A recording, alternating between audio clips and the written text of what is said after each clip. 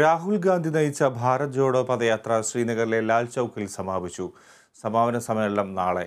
രാഹുൽ ഗാന്ധി ദേശീയ പതാക ഉയർത്തിയതോടെയാണ് 134 ദിവസത്തെ പദയാത്ര അവസാനിച്ചത്.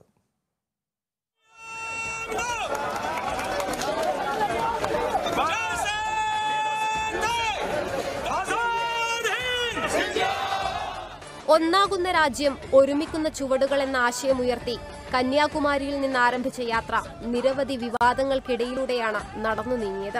14 സംസ്ഥാനങ്ങൾ, 75 ജില്ലകളിലൂടെ 3500 കിലോമീറ്ററിലധികം താണ്ടി യാത്ര ശ്രീനഗറിലെത്തുമ്പോൾ വലിയ ആത്മവിശ്വാസത്തിലാണ് കോൺഗ്രസ്. കണ്ടെയ്നർ യാത്ര, ടീഷർട്ട് വിവാദം തുടങ്ങിയവ യാത്രയെ തകർക്കാനുള്ള ആയുധമാക്കി പലരും നീങ്ങിയപ്പോൾ ജനപങ്കാളിത്തം കൊണ്ട് യാത്ര ശ്രദ്ധേയമായി.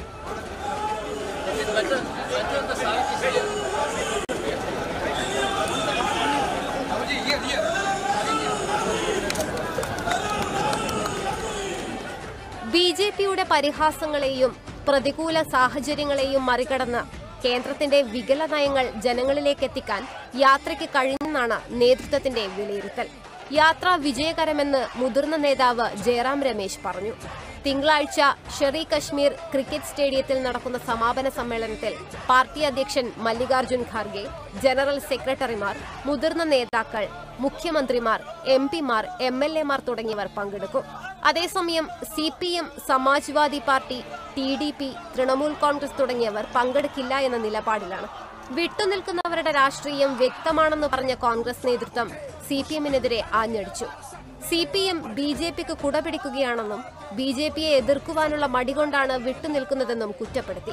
BJPക്കെതിരെ പ്രതിപക്ഷ ഐക്യം ഊട്ടിയുറപ്പിക്കാനുള്ള കോൺഗ്രസിന്റെ ശ്രമം ഒരു പരിധിവരെ വിജയിച്ചെന്ന് പറയുമ്പോഴും പ്രതിപക്ഷ പാർട്ടികളുടെ പൂർണ്ണ പിന്തുണയില്ലാത്തത് കേന്ദ്രത്തിന് ആശ്വാസവും കോൺഗ്രസിന് തിരിച്ചടിയുമാണ്. National desk, Kerala vision.